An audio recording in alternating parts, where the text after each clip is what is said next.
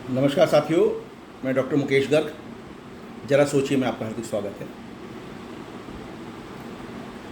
America से भारत की जो अचानक से एक दुश्मनी सी कहूँगा मैं, निकल कर आई है सामने, और ट्रंप भारत पर जो है इम्पोजिशन ऑफ टैरिफ्स लगातार बढ़ाया जा रहा है। उसके बाद ये बात ज़रूर सोचने की है, और विशेषकर उस संदर्भ में जिस संदर्भ में प्रधानमंत्री नरेंद्र मोदी जी ने लाल किले की प्राचीर से अपने भाषण में कही कि वो किसी दबाव में नहीं आने वाले और भारत के किसी किसान, किसी डेयरी मालिक और किसी भी फिशरमैन का कोई नुकसान नहीं होने देना चाहिए, चाहे इसके लिए उनको व्यक्तिगत तौर पर कोई भी लागत चुकानी पड़े। इस बयान के आने के बाद देश ये सोचने को मजबूर हुआ कि ऐसी क्या बड़ी बात थी जो प्रधानमंत्री नरेंद्र मोदी, जिन्हें डोनाल्ड ट्रंप को अपना दोस्त का बताया करते थे, उनके साथ उनकी इतनी खींचातानी एकदम से हो गई। साथियों, डिफरेंट व्यूज़ इस समय अमेरिका के नागरिकों के भारत के साथ संबंधों के ऊपर आ रहे हैं। अधिकांश में कारण बताए जा रहे हैं कि अमेरिका गलती पर है और भारत जैसा विश्वास पात्र दोस्त नहीं खोना चाहिए उसको। डोनाल्ड ट्रंप के लिए जनरली एक ओपिनियन अमेरिका के अंदर गलत बनती जा रही है, और ट्रंप हैं कि नोबेल शांति पुरस्कार पाने के लिए वो किसी भी हद तक जाने को तैयार है। जबकि वास्तविकता ये है कि जो भारत के और अमेरिका के बीच में टैरिफ्स को लेकर, जो ट्रेड डील को लेकर जो मैटर चल रहे थे, वो सिर्फ बार बार इसी बात पर अटके कि अमेरिका अपने डेयरी प्रोडक्ट्स को भारत को बेचना चाहता है। उसके लिए चाहता है कि भारत का बाज़ार खुल जाए, और भारत इसलिए नहीं चाहता उन प्रोडक्ट को लाना कि उसके सारे प्रोडक्ट जेनेटिकली मॉडिफाइड है। बायो इंजीनियर्ड प्रोडक्ट अमेरिका बनाता है, उन प्रोडक्ट्स को वो भारत में बेचना चाहता है। और भारत, जहाँ प्रति व्यक्ति मात्र 1 हेक्टेयर ज़मीन की औसत आती है, वहीं अमेरिका के अंदर प्रति व्यक्ति 173 हेक्टेयर ज़मीन का औसत आता है। वहाँ के व्यक्ति को इतनी बड़ी ज़मीन पर खेती करना और यहाँ के किसान को इतनी छोटी पर खेती करना, इसमें ज़मीन आसमान का अंतर है।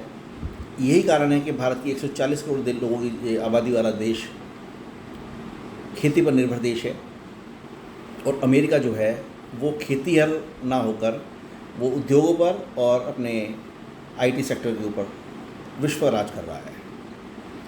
इसलिए वो चाहता है कि जेनेटिकली मॉडिफाइड फूड्स उनके यहाँ के जो प्रोड्यूस हो रहे हैं, जो पैदा हो रहे हैं, वो भारत जैसे देश में खाए जाएंगे, तो उसके यहाँ की खपत जो है वो बढ़ेगी और उसके लोग पैसा कमाकर रिच हो सकेंगे।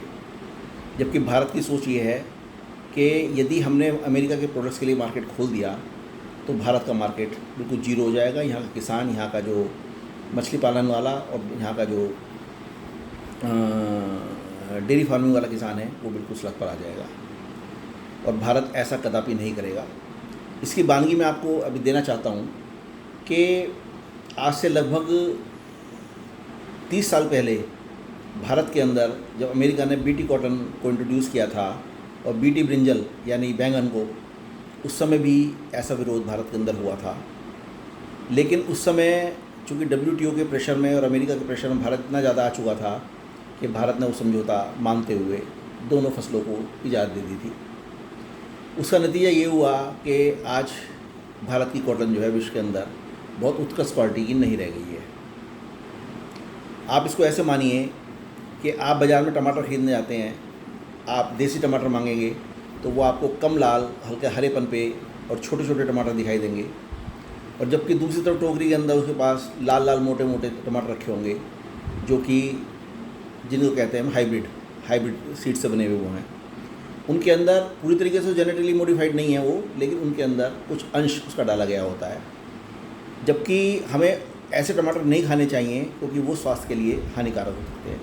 जबकि जो हमारे देसी टमाटर है वो स्वास्थ्य के लिए पूरी तरीके से लाभपूर्ण है।